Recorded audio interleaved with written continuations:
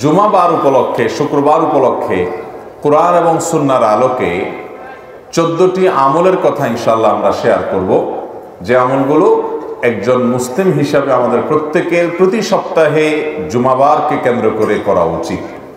এই আমলগুলোর ভিতরে সর্বপ্রথম আমল হলো জুমাবারের মূল আমল, যে আমলকে কেন্দ্র করে পুরো বারের শ্রেষ্ঠত্ব নির্ধারিত, সে আমল অর্থাৎ জুমার সালাত আদায় করা, জুমার নামাজ পড়া।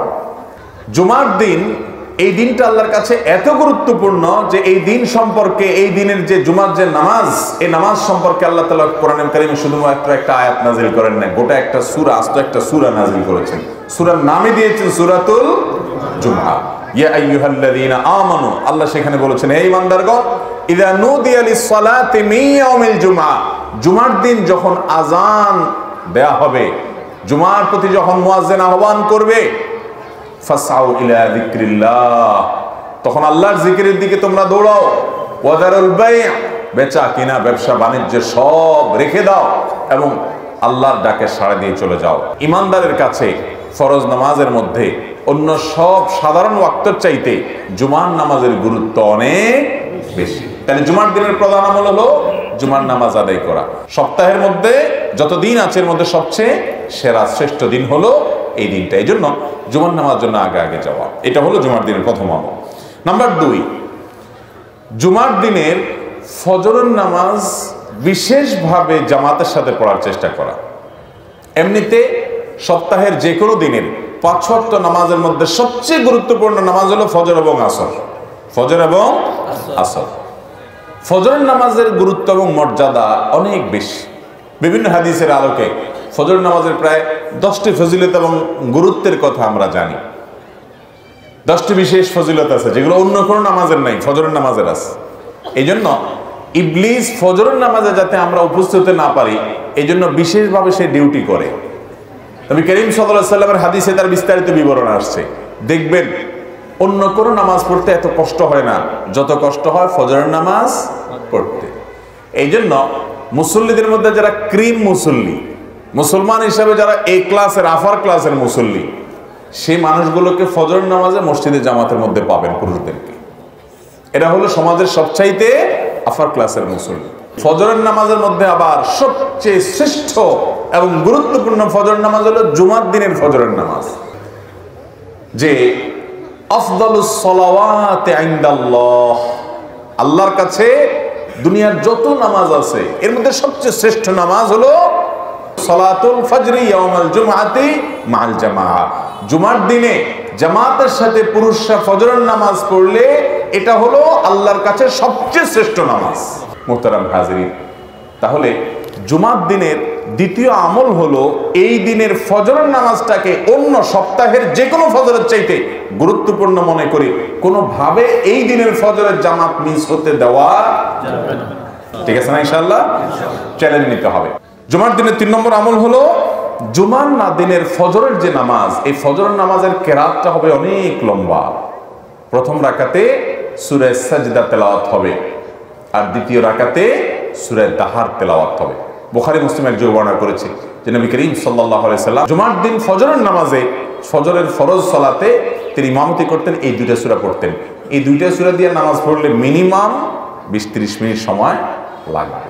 আমরা মহল্লাবাসী যদি এরাদা করি যে সুন্নতটা সপ্তাহে একটা দিনই তো, ইমাম সাহেব যদি হাফেজ সাহেব হন, হাফেজ সাহেব না হলেও বলতে হবে ইমাম সাহেব আপনি সূরা সাজদাটা বড় সূরা একটু মুখস্থ করে নেন, সূরা দাহারটা মুখস্থ করে নেন।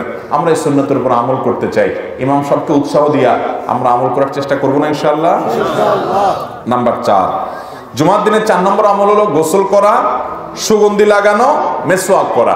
মুসনাদ আহমদের একটা হাদিসে বর্ণিত হয়েছে, নবী করিম সাল্লাল্লাহু আলাইহি সাল্লাম বলেছেন, যে ব্যক্তি জুমার দিনে গোসল করবে এবং সুগন্ধি ব্যবহার করবে, মেসওয়াক করবে এবং মসজিদে আগে আগে যাবে, সেখানে গিয়ে কোনো কথা বলবে না, আল্লাহ যতটুকু সাধ্য দিয়েছে ততটুকু নামাজ আদায় করবে এবং ইমাম সাহেবের খুতবা ভালো করে শ্রবণ করবে, তো 2 জুমার মধ্যবর্তী যে ছোটখাটো গুনাহ থাকে আল্লাহ তাআলা এগুলো মাফ করে দিবেন।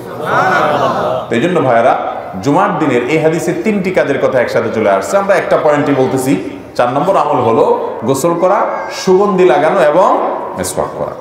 5 নম্বর আমল হলো আল্লাহ তাআলা যা পোশাক দিয়েছেন এর মধ্যে সবচেয়ে ভালো পোশাকটা পরবেন জুমার দিনে। আবু দাউদের হাদিসে বর্ণিত হয়েছে, যেটা আবু সাঈদ খুদরি এবং আবু হুরায়রা রাদিয়াল্লাহু আনহু বর্ণনা করেছেন, যে এই দিনে যদি কেউ ওই যে গোসল করে, মিসওয়াক করে এবং উত্তম পোশাক পরিধান করে, হাদিসে উত্তম পোশাকের কথা বলা আছে, তাহলে দুই জুমার মধ্যবর্তী গুনাহ খাতা আল্লাহ তাআলা মাফ করে দেন।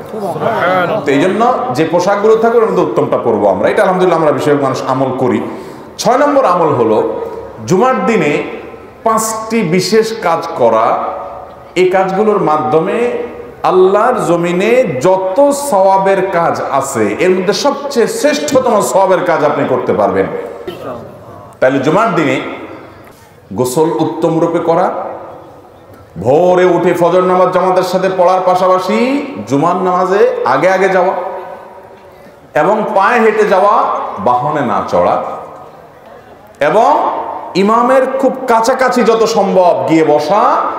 আর 5 নম্বর হলো ইমাম যখন খুতবা পাঠ করবেন, খুতবার জন্য আসবেন, চুপচাপ থেকে কোনো একটা কথা বলা ছাড়াও, একটা অনর্থক কাজ করা ছাড়াও মনোযোগ দিয়ে আগ্রহের সাথে খুতবা শ্রবণ করবে। বাস এই 5টা কাজ করার মাধ্যমে প্রতি কদমে 1 বছর নফল নামাজ এবং নফল রোজার সওয়াব পাওয়া যাবে। সহজ কথা না ভাই। মুহাদ্দিসিনে কেরাম অনেকে বলেছেন ইসলামে অনেক ফজিলতের হাদিস আছে, ইসলামে যত ফজিলতের হাদিস আছে এর চাইতে বেশি ফজিলতের কোনো হাদিস ইসলামে আর নাই। সর্বোচ্চ ফজিলতের হাদিস হলো এটি জুমার দিনের। আমল করার চেষ্টা করবো না ইনশাআল্লাহ? তাহলে এটা হলো জুমার দিনের 6 নম্বর আমল। 7 নম্বর আমল হলো জুমার দিন মসজিদে যে 2 রাকাত তাহিয়াতুল মসজিদ আদায় করা। এটা শুধু জুমার দিনের না, এটা প্রতিদিনই করার চেষ্টা করব আমরা। অন্য যে কোনো সময় তাহিয়াতুল মসজিদ পড়তে হবে, জুমার দিনও বিশেষ গুরুত্বের সাথে আমরা পড়ার চেষ্টা করবো ইনশাআল্লাহ। 8 নম্বর আমল হলো যদি কারোর জুমার দিনে এই মসজিদে আসার পর ঘুমানি আসে, ঝিমানি আসে, সেই জন্য জায়গাটা পাল্টায় নেয়, তাহলে বোঝা গেল এটা একটা ঔষধের। জায়গাটা পাল্টায় আরেক জায়গায় উঠে বসলে ইনশাআল্লাহ ঘুম কি হবে, তাৎক্ষণিকভাবে অন্তত কেটে যাবে। আবার ঝিমানি আসছে নতুন জায়গায়, যেখানে গেছেন সেখানে সেটা আবার একটু পাল্টান। এবার পাল্টালে ইনশাআল্লাহ ঘুমের সাথে লড়াই করে আপনি ইবাদত বন্দেগী করতে পারবেন। তাহলে ঘুম আসলে একটু জায়গা পরিবর্তন করা, এটা হলো 8 নম্বর আমল। 9 নম্বর আমল হলো মানুষকে বসতে সুযোগ দেওয়া এবং বিশেষ করে কারোর ঘাড় ধরে ধরে মানুষের ঘাড় ডিঙ্গায়া ডিঙ্গায়া সামনের কাতারের দিকে না যাওয়া। এই অপরাধটা নেতারা একটু বেশি করে, যারা একটু এলাকার নেতাগোতা থাকে ওনারা একটু বেশি করে, বাকি আমরা সুযোগ পাইলে কেউ ছাড়ি না, অথচ এটা খুব খারাপ জিনিস। বিভিন্ন বর্ণনায় আসছে যে জুমার দিন মুসল্লিদের গায়ের উপরে পাও দিয়া দিয়া কাতার ভেঙে ভেঙে সামনের দিকে যে লোক যায় সে জাহান্নামের ব্রিজের উপরে সেই যেন আরোহণ করলো। অতএব জুমার দিনে মানুষের ঘাড় ডিঙ্গাইয়া সামনে যাওয়া যাবে না। আর কেউ আসলে তাকে একটু বসার জায়গা দিতে হবে, একটু নড়ে গিয়ে তাকে ফাঁক করে দিতে হবে, বসার জায়গা দিতে হবে। নবী আকরাম সাল্লাল্লাহু আলাইহি সাল্লাম সহিহ মুসলিম বর্ণিত হাদিসে এই বিষয়ে আমাদেরকে উৎসাহ দিয়েছেন।